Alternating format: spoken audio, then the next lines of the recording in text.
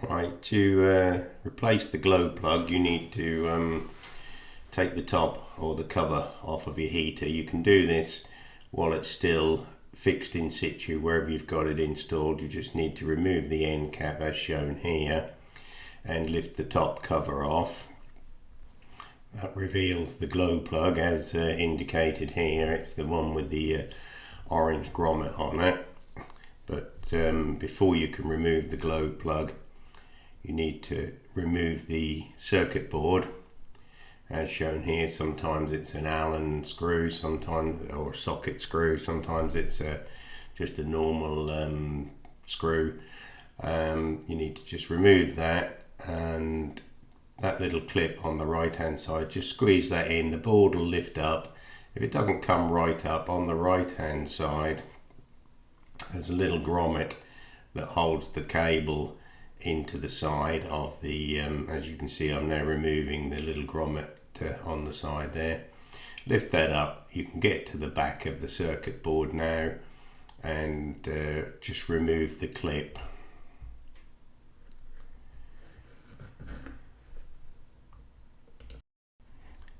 That little sensor I'm pointing to is picks up from a little magnet that's on the back of the fan. That sends the fan speed to the controller. So if you get an error with your fan speed, then the chances are it's because the little controller is not lined up. You need to make sure you get that lined up as indicated here. The board sort of can slide backwards and forwards, as you'll see in just a second, and there we go.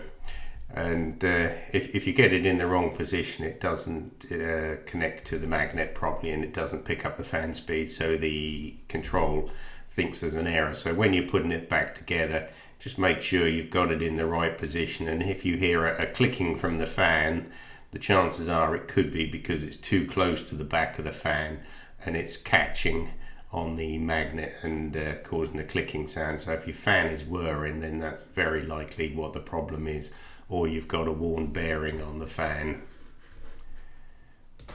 You've got your glow plug. You're going to need a few tools to do this. If you're going to take the glow plug out, you're obviously got to buy a spare one. Now when you buy a spare one, you'll need a socket with a little groove in here so it fits over the wire. I mean, you can cut the wire off and take it out with a normal socket, but you won't be able to get the new one back in unless you cut the wires. If you're really desperate, you could cut the wires and rejoin them, but there's no need, just for the sake of an extra £1 or euro or whatever, and buy the proper tool.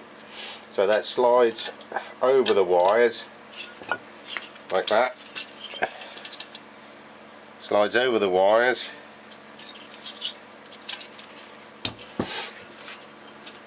And you just put a screwdriver or something in it. Just give it a gentle nip. Don't force it.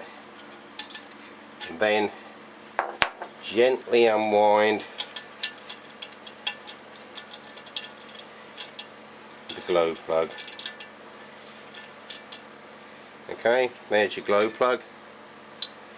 This one's in reasonable condition. Very often what happens is the ceramic all breaks away.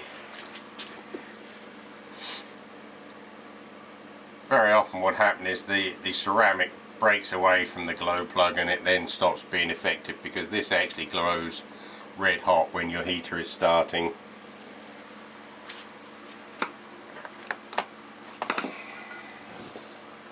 Now inside the chamber there's a little atomizer mesh, a stainless steel atomizer screen. Now you need to make sure that's cleaned out.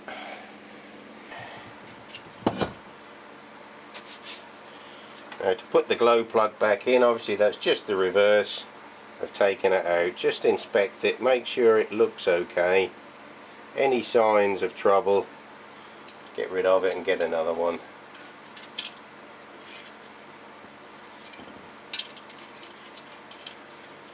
Very careful when you're starting off the thread, you don't want to cross thread it.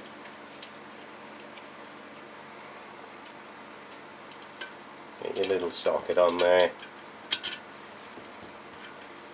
Tighten it up just finger tight, and then just give it just a very small nick with a bar or a screwdriver or something like that. And then remember that this is the air chamber, so you need to make sure you take the time and effort to get this grommet back in. It can be a bit tricky, but it's got to go back in.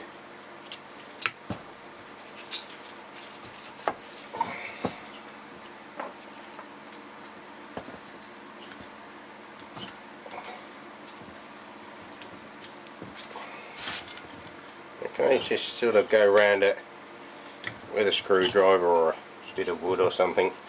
Just make sure your grommet is back in and sealing that air chamber up. Okay, so you got temperature sensor to that one, glow plug to that one, and the fan goes on that one. Okay.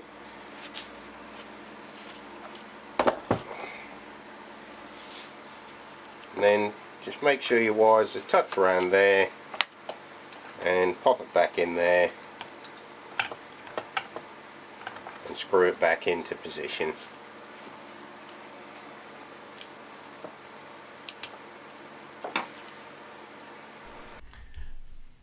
The final thing is just to replace the cover. Give the fan a little bit of a spin, make sure it's not catching, screw the end cap on, and the job is done. You should be able to fire it up now and you'll be back to heat.